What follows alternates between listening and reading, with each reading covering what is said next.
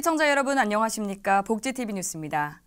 일상생활 속에서 장애가 있다는 이유로 건강검진을 받을 때조차 차별을 겪어야 한다면 얼마나 억울할까요? 국민 모두의 복지와 인권을 신경 써야 하는 보건복지부와 국가인권위원회에서도 청각장애인이 차별을 받았다고 합니다. 어떤 일이 벌어지고 있는지 하세인 기자가 알아봤습니다. 정부 국가기관에서 청각장애 특성에 맞는 정보 제공이 이뤄지지 않자 당사자들이 국가인권위원회에 진정을 접수했습니다.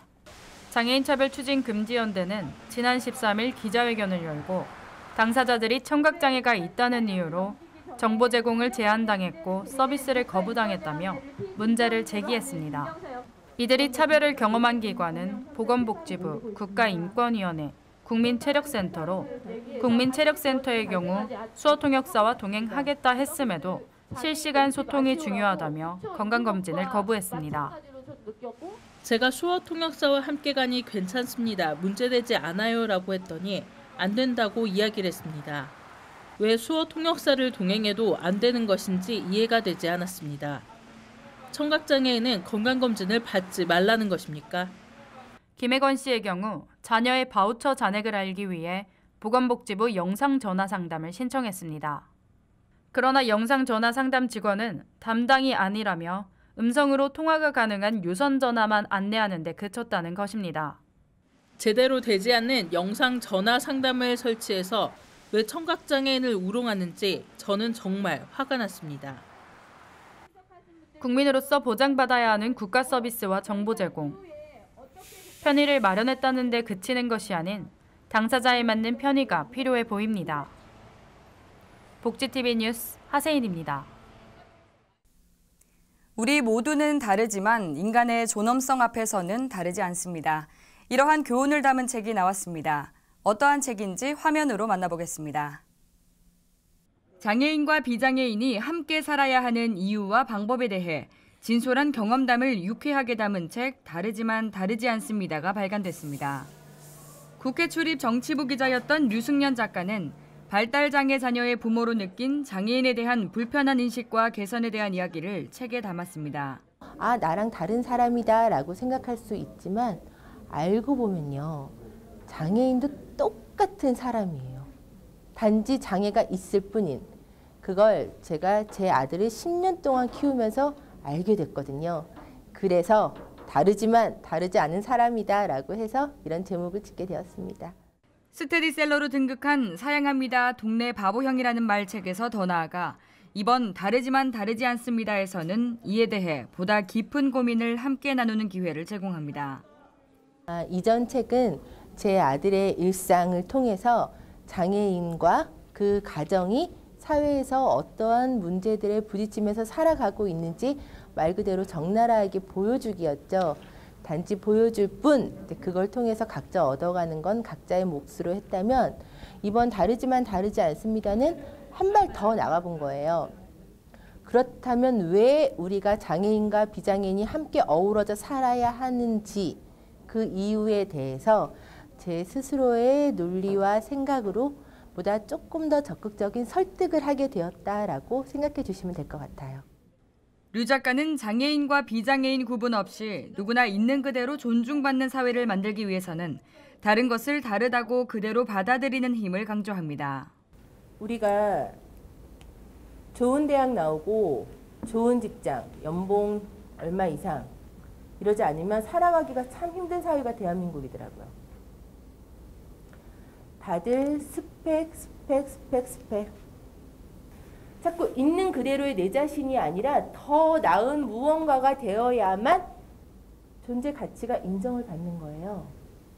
대한민국 사회가. 그러다 보니까 이 논리는요.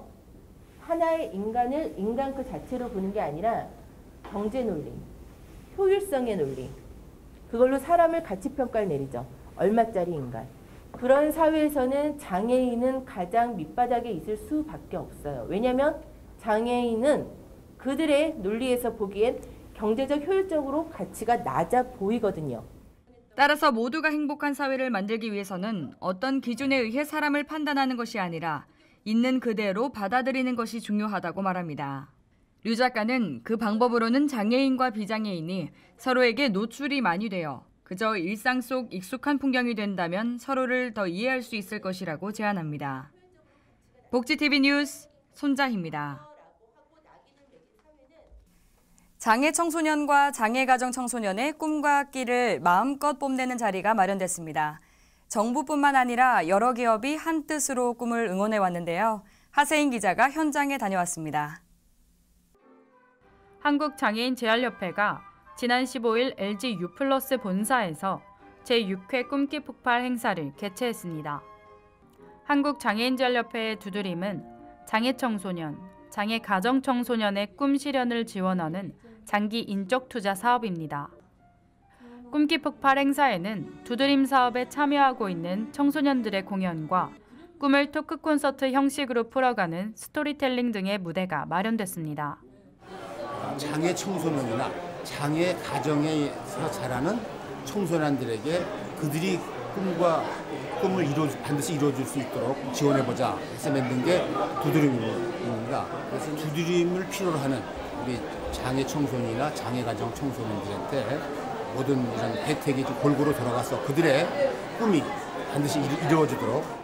특히 이날 보건복지부 박능우 장관이 참석했고 두드림과 같은 지원 활동이 더욱 활성화되길 바란다고 전했습니다. 장애인 재활합에서 이렇게 체계적으로 또 장기간에 걸쳐서 그 필요로 하는 분들에게 적절한 도움을 주고 있다는 것을 제가 알게 되었습니다. 진심으로 감사드리고 앞으로 이런 활동이 더욱 활성화될 수 있기를. 두드림 사업을 통해 지원을 받은 청소년은 총 3,504명. 앞으로 더 많은 청소년들이 마음껏 꿈을 꾸고 실현할 수 있는 발판이 되길 희망합니다. 복지TV 뉴스 하세인입니다. 2018 교통장애인 정책 포럼이 열렸습니다. 선진 교통문화 정책을 위한 2018 교통장애인 정책 포럼이 열렸습니다. 올해는 중증장애인의 여행과 접근성에 초점을 맞춰 중증장애인 관광의 무장애 환경과 과제라는 제목으로 개최됐습니다. 이번 포럼은 무장애 관광과 관련된 각계의 의견을 듣고 현 문제와 대안을 모색하고자 마련됐습니다. 충남 당진시에서 다문화에 대한 편견 해소와 인식 개선을 위한 행사가 열렸습니다. 10주년을 맞은 당진시 다문화가족 지원센터가 사업 보고회를 열었습니다. 김수영 기자입니다. 충청남도 당진시 다문화가족지원센터는 지난 7일 당진 다문화 내 가슴에 품다란 주제로 10주년을 맞아 2018 당진시 다문화가족지원센터 사업 보고회가 종합복지타운에서 열렸습니다. 이번 행사는 다문화가족 지원 정책과 급변하는 센터 운영의 소용돌이 속에서도 10주년을 맞이해 그 의미가 더해졌습니다. 오늘 행사는 1년에 한 번씩 하는 다문화가족지원센터 사업 보고대회예요. 1년 동안 열심히 한국어 공부하신 분들 100일장 대회도 있고 한국어 종강식도 있고 올해는 특별히 10주년 기념식까지 같이 하게 되었고요. 또 10주년을 맞이하면서 제가 또 이임도 하게 되었습니다. 좀 행사가 많이 겹쳐지기는 했지만 엄마들한테는 굉장히 1년에 한 번 기다려지는 그런 행사입니다. 이날 다문화 가정 200여 명이 참석한 가운데 축하 공연을 시작으로 당진어학당 시상과 100일장 시상식, 10주년 기념식, 센터장 이임식 순으로 진행됐습니다. 당진에서 살지 한 6년 됐습니다. 다문화센터에서 도움이 많이 받고 있습니다. 취장업 같은 것들이랑 자격증 같은 것도 한국말 배우는 것도 다문화센터에서 많이 도움받았습니다. 앞으로도 다문화 이민들한테 도움을 많이 해줬으면 좋겠습니다. 당진시 다문화가족지원센터는 당진시에 거주하는 다문화 가족의 안정적인 정착과 가족 생활을 지원하기 위해 종합 서비스를 제공하고 있습니다. 이번 행사는 다문화에 대한 편견을 해소하고 인식 개선을 통해 다문화 가족에 대한 이해의 폭을 성장시키는 시간을 가졌습니다. 복지TV 뉴스 김명진입니다. 전남 여수시에서 동네 복지를 더욱 강화하기 위해 명예 사회복지 공무원을 위촉했습니다. 박하은 기자가 전합니다. 여수시는 날로 다양해지는 복지 수요와 주민 밀착형 복지 기능 요구에 부응하고자 명예사회복지공무원 발대식을 가졌습니다. 13일 여수 문화홀에서는 450여 명의 명예사회복지공무원이 한자리에 모여 위촉장을 수여받고 퍼포먼스를 진행하며 우리 동네 복지 리더로서의 결의를 다짐했습니다. 우리 동네 복지 리더란 빈곤 위기 가구나 주거 취약 가구 등 신사회적 위험 증가에 효율적으로 대응하기 위해 지자체가 민간 인력을 활용해 구축하는 인적 안전망을 의미합니다. 네, 오늘 여수시 명예사회복지 공무원인 우리마을 복지 리더 지금 현재 발대식이 열리고 있습니다. 명예사회복지 공무원 우리 동네 복지 리더는 최근 송파 세모녀 사건 이후에 여러 복지제도를 개편했습니다만은 갈수록 생활고에 시달려서 가정 사망 등으로 이어지고 있고, 또 최근 저출산 고령화로 인해서 실직이라든가 또 질병 등으로 인해서 위기 가구가 많이 발생하고 있습니다.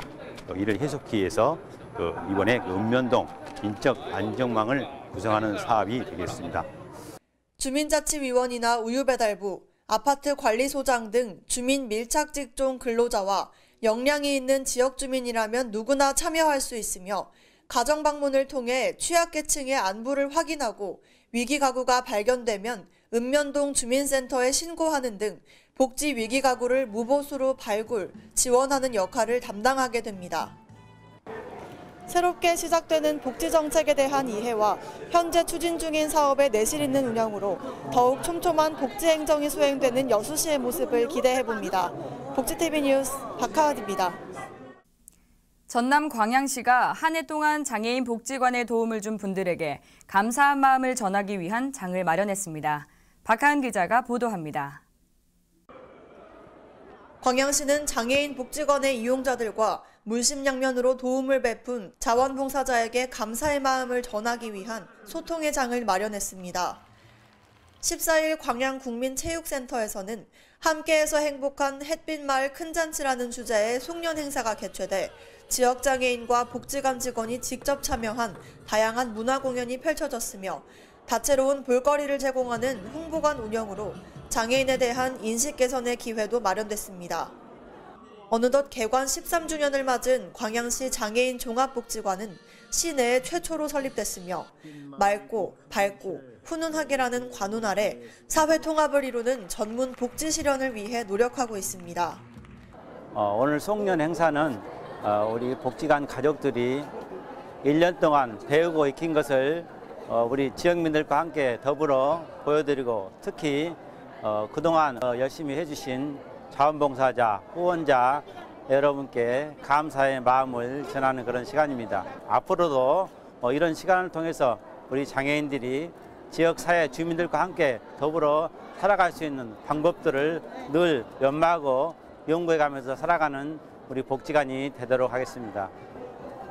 특히 장애인 재활에 지원한 유공자를 표창하고 광양시 장애인 IT 활용 경진대회 시상을 하는 등 지역장애인 복지 향상을 위해 노력한 주민들의 노고를 격려했습니다.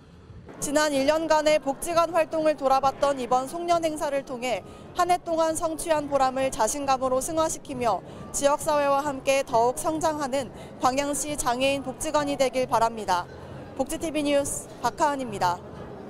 광양시가 어린이 안전 최우수 기관 대통령상을 수상했습니다. 광양시가 제8회 어린이 안전대상 평가에서 전국 최우수 지방자치단체로 선정돼 지난 11일 서울 세종문화회관에서 대통령상을 수상했습니다. 광양시는 어린이가 안전하고 행복한 도시, 아이 양육하기 좋은 도시를 민선 6기 핵심 공약 사업으로 추진해왔으며 지난해 7월 전국 최초로 어린이 보육재단을 설립하는 등 아동복지에 많은 노력을 하고 있습니다. 세종시가 시민들의 복지 증진을 위한 세종형 복지재단을 출범했습니다. 윤성은 기자가 전합니다. 세종특별자치시가 17일 세종시 세름종합복지센터에서 세종시 복지재단 출범식을 가졌습니다. 세종시는 2016년 4월 복지재단 타당성 연구 용역을 시작으로 공청회를 통한 시민들의 의견을 수렴하는 등 사회적 합의를 얻어 설립됐습니다. 복지는 바로 우리 정부가 존재하는 이유다. 이렇게 생각을 합니다. 우리 국민들 잘 살게 만드는 것, 그 자체가 정부의 존재 이유라고 할 때 우리 국민들 잘 살게 만드는 것이 바로 복지가 아닌가. 세종시는 올해 20억 원의 출연금을 확보했으며 향후 5년간 100억 원을 조성해 안정적 운영이 되도록 한다는 계획입니다. 세종형 사회복지 모델 실현을 위한 인프라 구축 및 지역 특성을 반영한 사업을 진행하고 사회복지의 구심점 역할을 한다는 목적입니다. 세종형 복지 모델을 정립하고자 하는데 신도심은 신도심에 맞게, 구도심은 구도심에 맞춤형으로 진행하려고 합니다. 복지재단은 복지 자체가 주민 생활의 향상입니다. 그렇기 때문에 시민 여러분의 적극적인 협력과 또 참여가 필요하다고 생각합니다. 세종특별자치시가 출범한 지 6년이 된 지금 세종시 복지재단이 안정적으로 정착돼 지역사회 복지 증진에 기여하기를 바랍니다. 복지TV 뉴스 윤성은입니다. HPK와 곰돌이 복지재단이 업무 협약식을 체결했습니다. 주식회사 HPK와 사회복지법인 곰돌이 복지재단이 지난 11일 서울시 영등포에 위치한 곰돌이 복지재단에서 업무 협약식을 가졌습니다. 주식회사 HPK는 레이저와 신소재, 에너지, 바이오 분야 등 신사업 창출과 투자 확대에 힘쓰고 있는 기업으로 업무 협약을 통해 두 기관은 장애인 채용 지원과 사회공헌, 도서와 간행물 교환 대여 등을 약속했습니다. 한편 HPK는 협약에 앞서 당사에서 개발한 발열조끼 100벌을 기증했습니다. 한국장애인 문화관광진흥회 경북협회장 임명식을 가졌습니다. 한국장애인 문화관광진흥회 대구경북협회 협회장으로 한국장애인본부 김중호 대표이사가 임명됐습니다. 임명식은 지난 18일 서울 영등포구 한국장애인 문화관광진흥회에서 진행됐습니다. 이번에 임명된 김중호 협회장은 곰돌이 봉사회 회장과 한국장애인 대구 녹색재단 회장, 한국장애인본부 대표이사 등으로 활동해왔습니다. 연말 연시를 맞아 송년 행사와 각종 모임들이 많습니다. 하지만 계속된 미세먼지 악화와 한파로 인해 감기와 독감과 같은 병원균 전염에 의한 질병에 각별한 주의가 필요한 때입니다. 쇼핑몰처럼 많은 사람이 몰리는 공간에서는 손 세정제를 이용해 손을 자주 씻는 것이 중요합니다. 또한 예방주사를 맞는 것이 가장 확실한 예방책이라고 하니까요. 예방수칙을 잘 숙지하셔서 건강하게 한 해 마무리 잘 하시기 바랍니다. 복지TV 뉴스를 마칩니다. 시청해주신 여러분 고맙습니다. 우리 주변에서 일어나는 불공정한 사례부터 억울한 사연, 따뜻한 미담까지 장애인 신문과 웰페어 뉴스 홈페이지를 통해 보다 다양한 소식을 접할 수 있습니다. 시청자 여러분의 제보를 기다립니다. 웰페어 뉴스 홈페이지 또는 전자우편, 전화번호 02-2655-9519로 많은 제보 바랍니다.